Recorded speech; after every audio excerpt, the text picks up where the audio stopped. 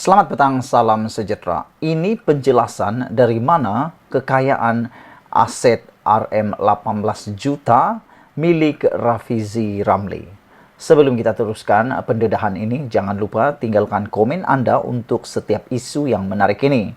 Tekan butang subscribe dan share video ini. Saudara-saudara, apabila Rafizi Ramli mengisytiharkan hartanya yang berjumlah 18 juta itu, ramai orang tiba-tiba meroyan. Ramai orang tiba-tiba macam kena sakit angau, macam kena santau, dan mulalah mencetuskan pelbagai persoalan.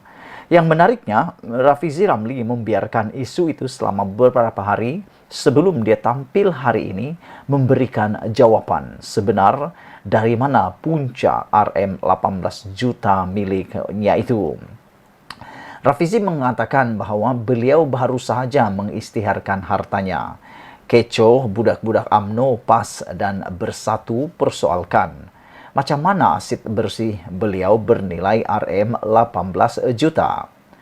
Rm16 juta itu saham dan pelaburan Rafizi dalam startup atau syarikat pemula yang beliau tubuhkan, yaitu Invoke Solution Sendirian Berhad. Rafizi memang tunggu mereka buat bising kerana rakyat akan menyampah.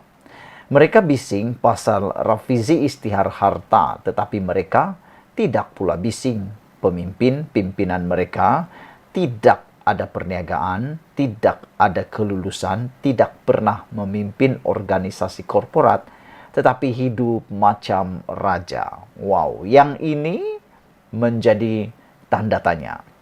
Kalau Rafizi dah isytihar harta, orang yang bising, yang dok meroyan mempersoal kewangan kekayaan Rafizi itu, cuba tepuk dada tanya selera.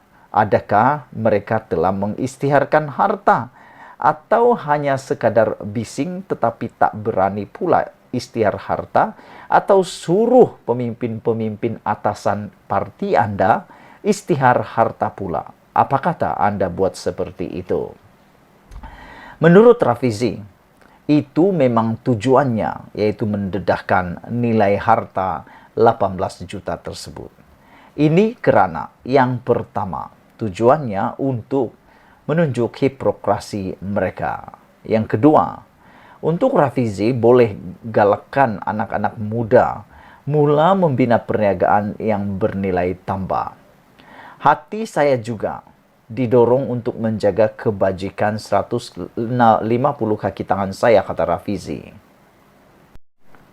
Menurut Rafizi, mereka ini anak muda yang berkelulusan tinggi. 30% daripada mereka mendapat Street A semasa SPM dan banyak ijazah kelas pertama dari universiti terkenal di seluruh dunia, termasuk Cambridge, Oxford, Cornell, UCL, dan banyak lagi. Umur mereka antara 22 hingga 27 tahun. 70% Melayu dan 30% bukan Melayu menurut Rafizi Ramli. Mereka ada kepakaran dalam bidang teknologi, terutamanya beberapa bidang yang menjadi tulang belakang ekonomi digital, yaitu sains data, kejuruteraan, perisian, pemasaran digital, dan seni kreatif digital. Semua simpanan Rafizi dari tabung haji dan ASB yang Rafizi kumpul semasa muda, Rafizi laburkan sebagai saham permulaan dalam Invoke sebanyak Rm2,5 juta secara beransur-ansur sejak 2016. Mana Rafizi kumpul Rm2,5 juta tunai masa muda.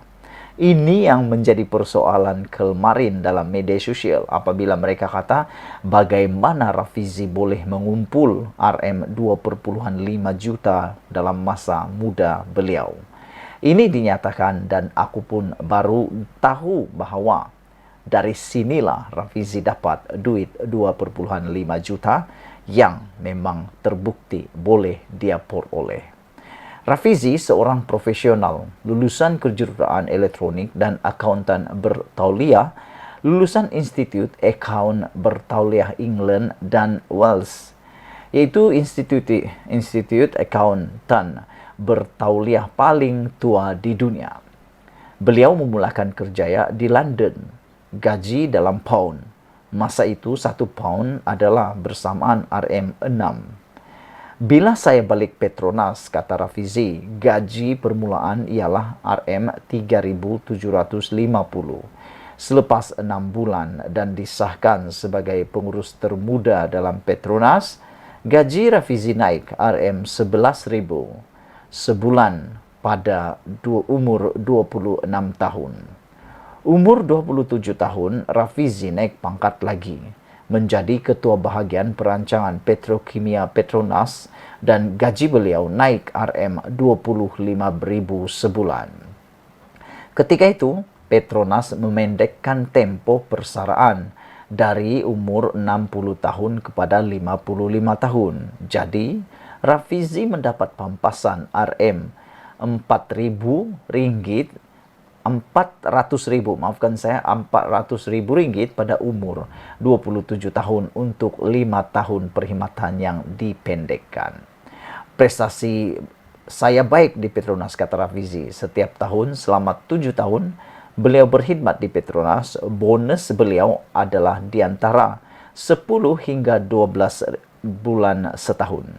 Jadi, pendapatan kasar saya setahun di akhir umur 20-an adalah sekitar RM500.000 setahun, kata Rafizi. Wang simpanan itulah yang beliau laburkan membuka syarikat Invoke. Ramai yang tidak faham tentang syarikat berasaskan teknologi atau yang dipanggil tech startup. Nilaian sebuah tech startup di awal penubuhan bukanlah bergantung kepada untung rugi, tetapi pertama, nilai teknologi yang dibangunkan dan prestasi berkembang di pasaran lain atau scalability-nya. Oleh kerana teknologi itu tidak menggunakan banyak tenaga kerja, kalau ia berjaya dikembang masuk pasaran luar negara, platform yang dibangunkan itu berpotensi besar di masa hadapan. Kedua, kadar pertumbuhan perolehan atau revenue setiap tahun. Lebih cepat perolehan berkembang, lebih bernilai. Ketiga, kemampuan syarikat mempunyai tunai yang mencukupi dengan mengimbangi perolehan dan perbelanjaan, selalunya dipanggil cash sustainability. Ini kedudukan keuangan terkini Invoke. Purata pertumbuhan perolehan 2019 ke 2020 ialah 90% setiap tahun. Keuntungan syarikat, untung di peringkat syarikat setiap tahun yaitu RM507.000 untuk tahun 2020, RM653.000 untuk 2021 dan dijangka 1,5 juta untuk 2022. Keuntungan kumpulan. Dua anak syarikat yang membangunkan platform teknologi masih belum untung, tetapi kerugian kumpulan semakin mengecil setiap tahun. Kedudukan tunai dijangka mencukupi sehingga 2 tahun lagi tanpa perlu menerbitkan saham. Ada beberapa cara nilaian syarikat dibuat. Cara paling mudah ialah berdasarkan nilai aset bersih. Tetapi ini cara kuno kerana tidak mengambil kepentingan potensi masa depan. Untuk mengambil kira potensi masa depan, Pekali digunakan untuk menilai syarikat berasaskan potensi berkembang perolehan dan keuntungan. Untuk tech startup seperti Invoke dengan prestasi pertumbuhan yang dicapai kini, selalunya pekali adalah di antara 7 hingga 10 kali dari perolehan tahunan. Ini kaedah piawai yang digunakan di seluruh dunia oleh syarikat ventures kapitalis yang melabur. Perolehan Invoke untuk tahun 2021 adalah RM6.3 juta dan untuk tahun 2022 dijangka melebihi 11 juta ringgit. Jadi, julat nilaian Invoke ialah antara RM60 juta ke 120 juta. Ini bukan saya cakap-cakap pandai. Ini adalah nilaian rasmi oleh Cradle, sebuah agensi kerajaan yang memantau pertumbuhan startup. Tengok nilaian resmi ini di laman web mystartup.gov.my. Nilaian ini dibuat oleh sebuah firma penilai bebas dari Singapura bernama Venture Cap Insight. Saya masih memegang lebih 70% dari saham Invoke. Tapi untuk istihar harta, saya gunakan kaedah nilaian paling rendah, yaitu nilai aset bersih, yaitu sebanyak RM17 juta. Dari RM17 juta itu, RM11 juta adalah pelaburan membeli saham-saham Invoke dari 2019 hingga 2022. Kenapa pelabur tempatan dan antarabangsa beli saham Invoke? Kerana potensi untuk Invoke disenaraikan di pasaran saham di masa hadapan yang membolehkan mereka mendapat pulangan besar bila saham-saham Invoke mula dibeli, dijual beli orang ramai. Kenapa saya cerita semua ini? Kerana saya nak yakinkan anak muda Malaysia bahawa ini jalan masa depan anak-anak kita. Anak muda Malaysia sangat berbakat, pandai dan berkebolehan. Anak-anak muda di Invoke telah membawa syarikat hingga ke nilaian berjuta puluh juta dalam masa 2 tahun.